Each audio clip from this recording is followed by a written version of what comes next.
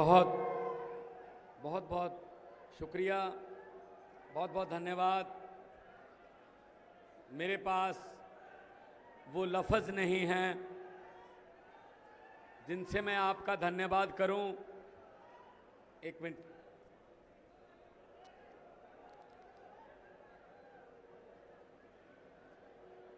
क्योंकि इतनी गर्मी के बावजूद आप लोग धूप में खड़े रहे, इंतजार करते रहे। ये धूप में खड़े रहना, ये इंतजार करना और बिना कहे तालियां बजाना, ये इस बात का सबूत होता है कि लोग जो हैं वो बदलाव के लिए तैयार हैं। मंच पर आसीन आम आदमी पार्टी के नेशनल कन्वीनर, दिल्ली के मुख्यमंत्री और राजनीतिक धुरंधरों को धरती दिखाने वाले, राजनीतिक अपने आप को कभी ना हारने वालों की लिस्ट में अपने आप को समझने वालों को धरती पर उतारने वाले और आपकी धरती के, इस धरती के जम्पल अरविंद केजरीवाल जी, वो आज आए हुए हैं। उनके लिए एक जोरदार तालियों से स्वागत होना चाहिए।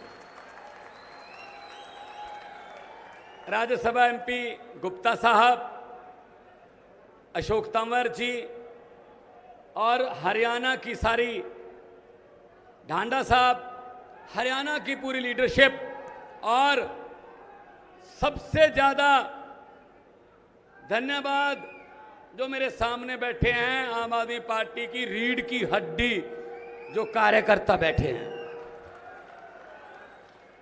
सबका स्वागत, नमस्कार, सत श्री अकाल। दोस्तों, ये कोई शक्ति प्रदर्शन नहीं है।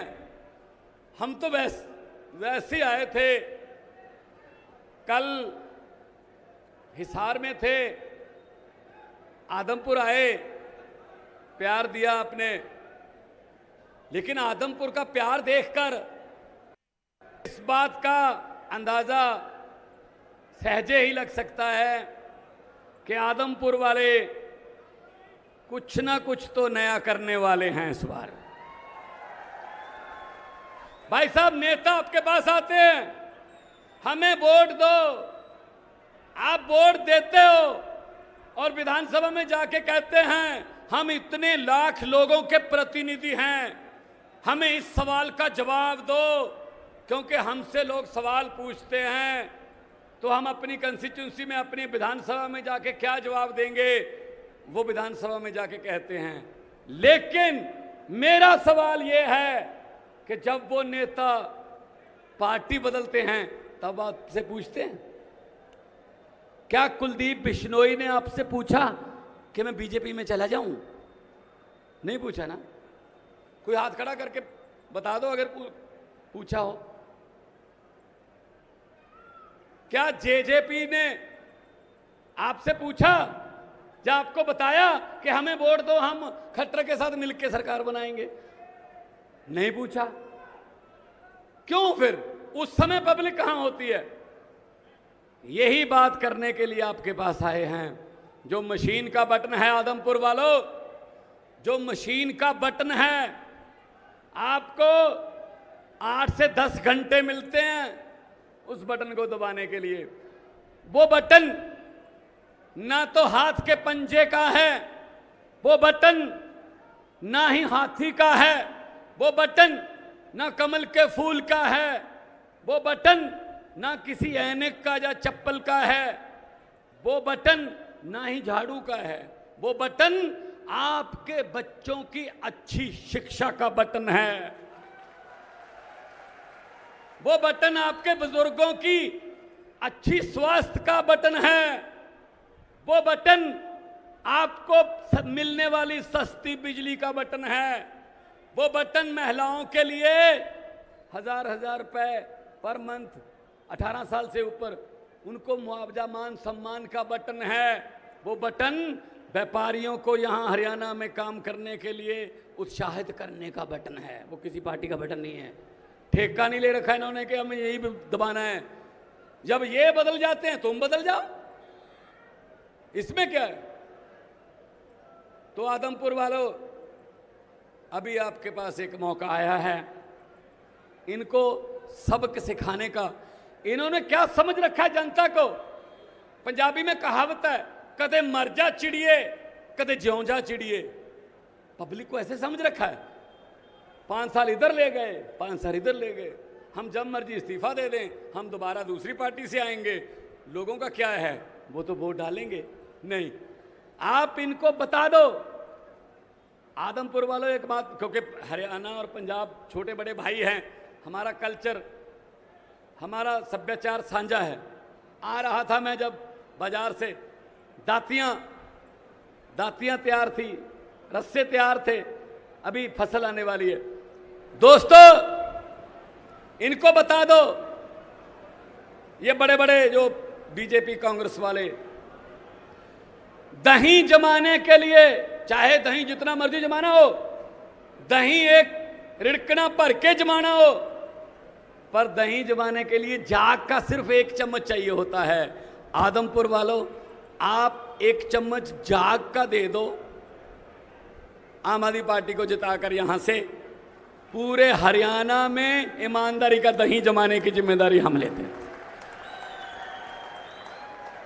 पंजाब में भी ऐसा हुआ था, पहले लोकसभा जीते 4, 19 में लोकसभा जीते संगरूर।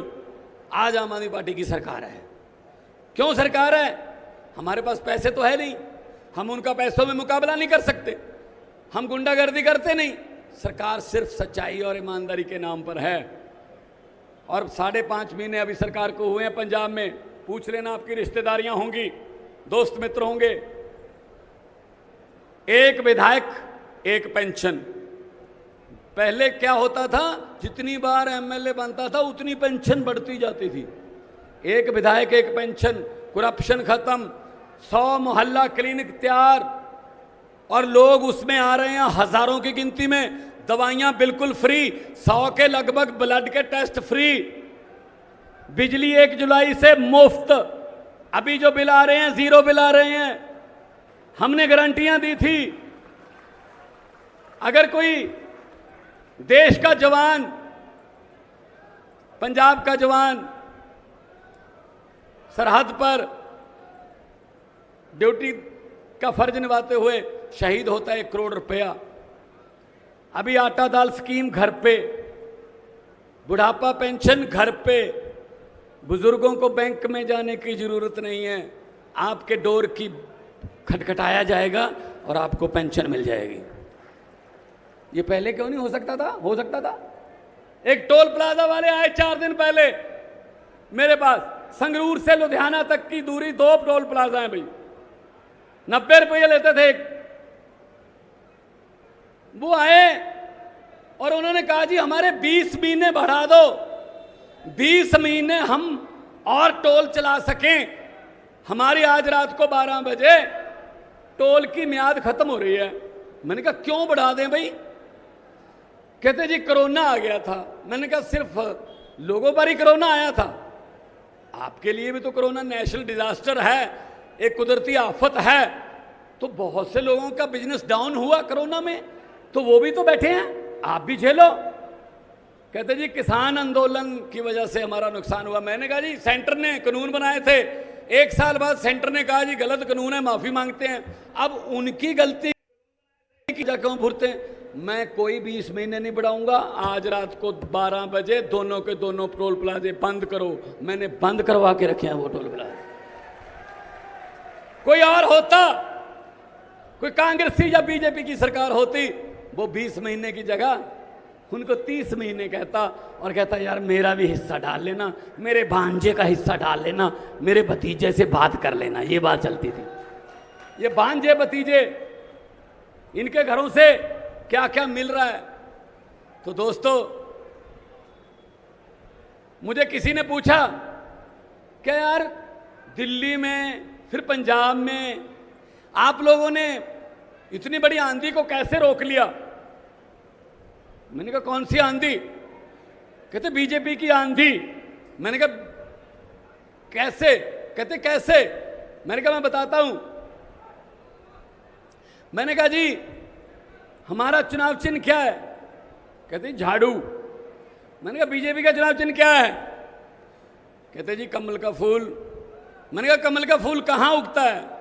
कहते जी कीचड़ में। मैंने कीचड़ की सफाई कौन करता है? कहते जी झाड़ू। मैंने कहा हमने झाड़ू फेर दिया,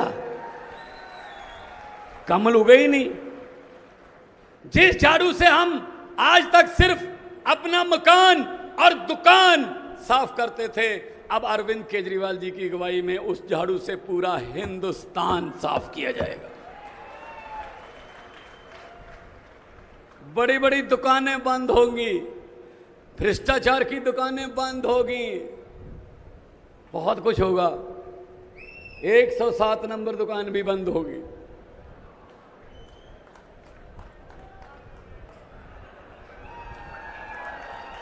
सही है ना? बंद हो जाएंगी ये।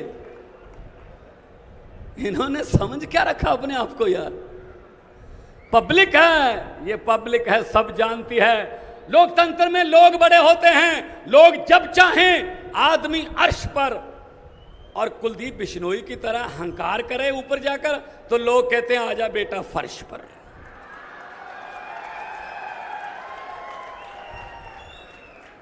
तो इनके पास कुछ नहीं है, ये सिर्फ अपना बचाव करने के लिए इधर उधर जाते हैं, लोगों के वोट को इस्तेमाल करते हैं। तो अगर साथ देना है युवा पीढ़ी का, साथ देना है बुजुर्गों का, अगर पढ़ाई, शिक्षा, सेहत, बिजली, इन सब समस्याओं का हल करना है, तो एक बार झाड़ू वाला बटन दबाकर देखना। दिल्ली में एक बार दबाया था लोगों ने, उसके बाद दूसरे बटन को भूल गए लोग, भूल गए। ये कांग्रेस, चलो छोड़ो, कांग्रेस की क्या बात करनी है। कांग्रेस की हालत तो उस 90 साला बुजुर्ग की तरह हो गई जिसको डॉक्टर भी जवाब दे देते हैं कि घर बैठाकर सेवा कर लो, अब कुछ नहीं है, बस सेवा चल रही है, अब तो कुछ नहीं है उनके पास। सबसे ज्यादा उन्होंने लूटा है। और बाकी दूसरी है जुमला पार्टी। आजकल जुमलों की फैक्ट्री चल रही है, 24 घंटे जुमलों की फैक्ट्री में जुमले बन रहे हैं आपके लिए कि किस जुमले से भावनाएं भड़केंगी, किस जुमले से नफरत फैलेगी ज्यादा, किस जुमले को बोलने से लोग आपस में लड़ेंगे। ये बना रहे हैं वो नारे, उनसे बच के रहना, उनसे बच के रहना। मैं सिर्फ यही कहूंगा, जो देश को इधर उधर नफरत की राजनीति में बांटते हैं, जो देश के टुकड़े और देश को धर्म के नाम पे बांटते हैं, मैं उनके लिए एक लाइन बोलूंगा कि लंबे सफर को मीलों में मत बांटिए, कौम को कबीलों में मत बांटिए। एक बहता दरिया है मेरा भारत देश, इसको नदियों और झीलों में मत बांटिए। 2 नारे लगाएंगे, हाथ ऊपर करके, पता चल जाना चाहिए, क्योंकि उनके भी आदमी खड़े हैं यहां, उनको पता चल जाना चाहिए कि गलती हो गई है आपसे, बस इस्तीफा देके उनको पता चल जाना चाहिए कि इस बार नहीं, ऐसा लोगों को हम ग्रांटेड नहीं ले सकते। आपके नारों की आवाज बता देगी।